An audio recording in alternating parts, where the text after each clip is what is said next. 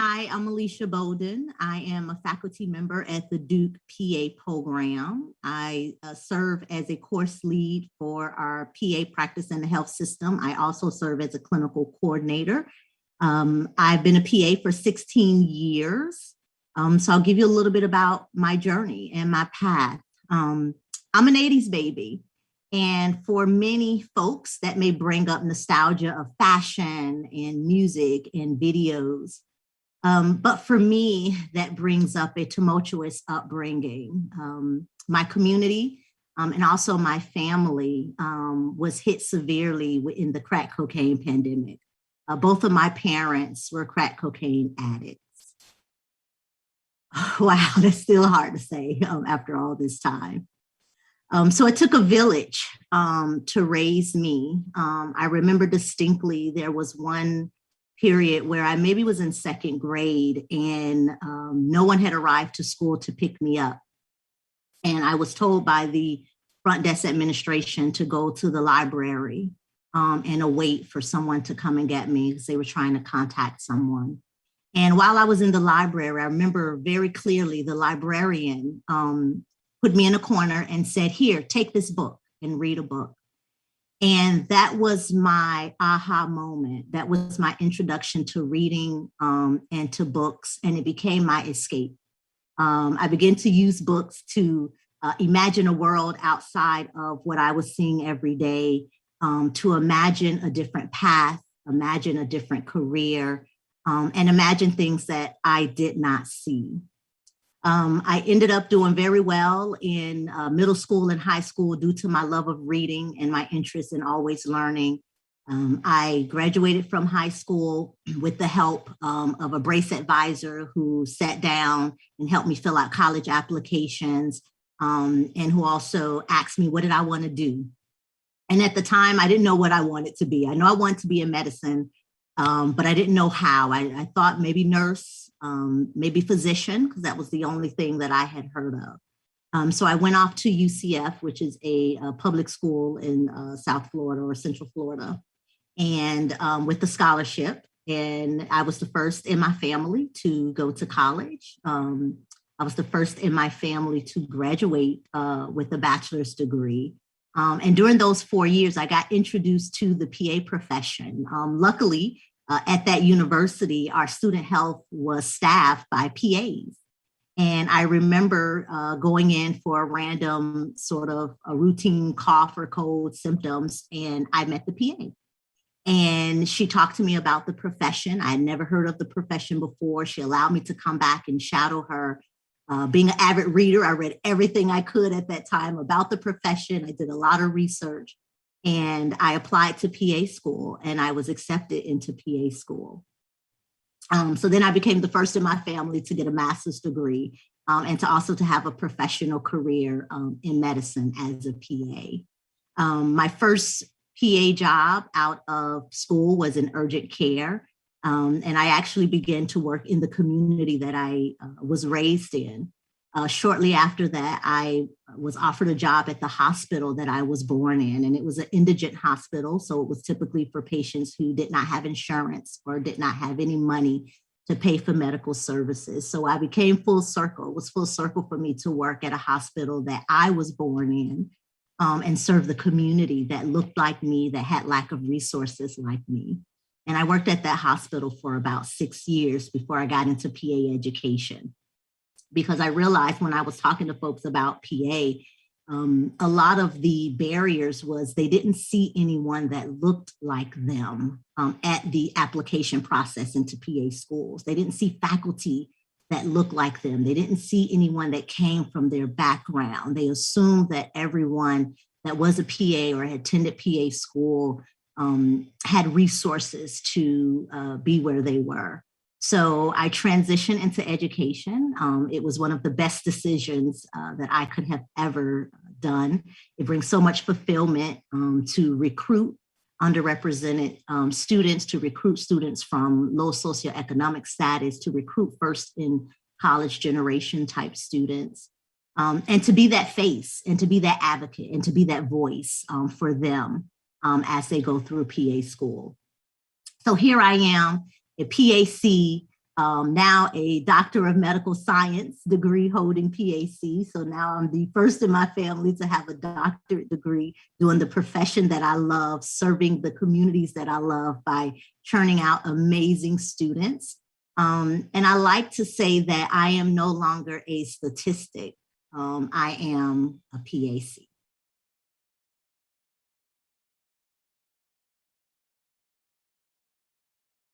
I was told no a lot. I was told that children from my environment, from my upbringing, children that are products of my parents will not succeed, will not do well in college. The odds are against you. The stats show that you won't be successful. And I could have taken the road of believing that. And some days I did. But I also proved it wrong. I sought out opportunities. It was harder, but I sought out opportunities. I asked questions. I asked for volunteer experiences and shadowing experiences. I read a lot about the profession. I read a lot about healthcare and medicine. So if there is one thing I can say, never give up. Even if you apply to a PA program and you're not accepted, try again. Look for PA programs who are going to value what you're going to bring, value your lens, value your perspective. Never think you are not good enough. There is a lot of room at this table and you belong there. There is a seat waiting for you. That's what I would say to you.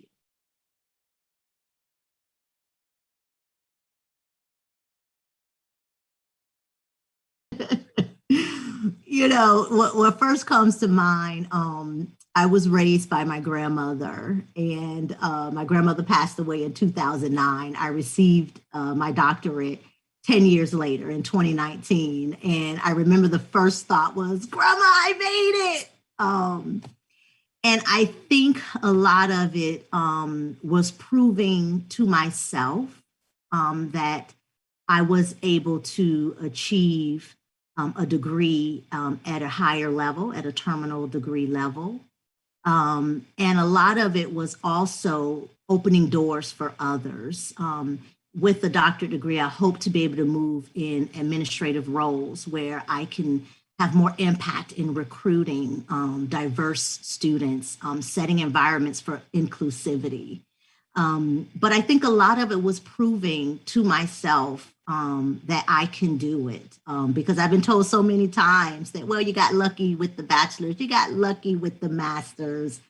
Someone in your background that didn't have, you know, private school training and tutors and access to different educational tools most likely wouldn't survive or be able to earn or achieve a doctorate.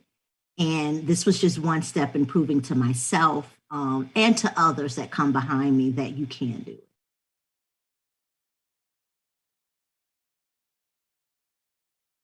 Yeah, that's a really good question. You know, being a Black female faculty member in the PA profession, we're underrepresented, but there's also a strong community of minority faculty members that are have blazed the trail before me, and that there are many coming. Hopefully, I'm helping to sort of issue in or march in coming behind. I'll share a story with you. Last year during our interview cycle, I was interviewing and in walked a Black female student. And immediately when she sat down, she began to cry. Tears just began to come down her face. And I was put back because I hadn't even said anything yet other than, you know, I'm Alicia Bolden, welcome to your one-on-one interview.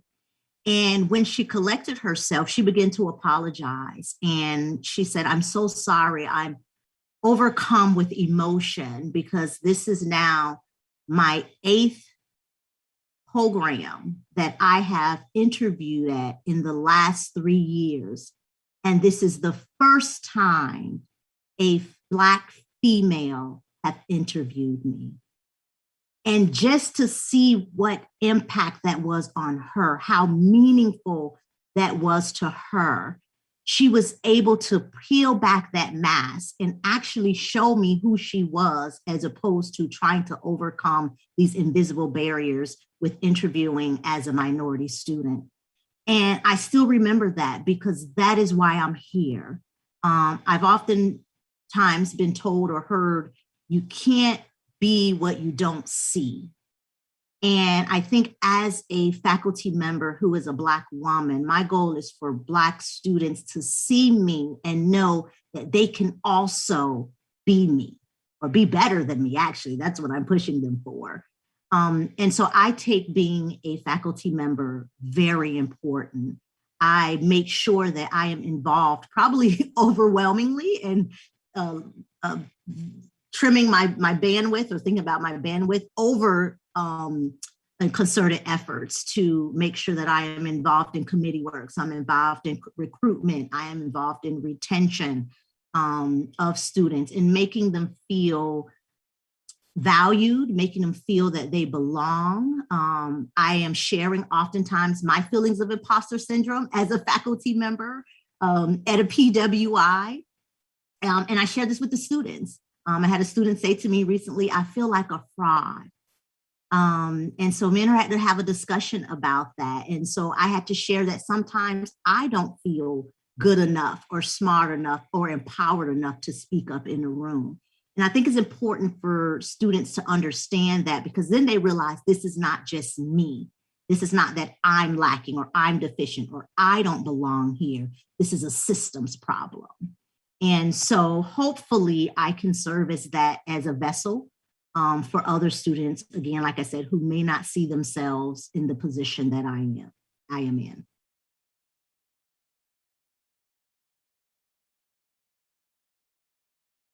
Yes, and I thank PAEA because I have been involved in Project Access for many years, and it is near and dear to my heart.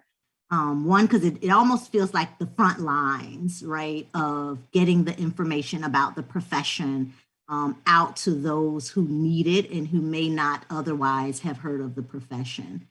I often share with teachers, guidance counselors, career advisors, and also parents that choosing the PA profession single-handedly changed the trajectory of not only my life, but my family's life.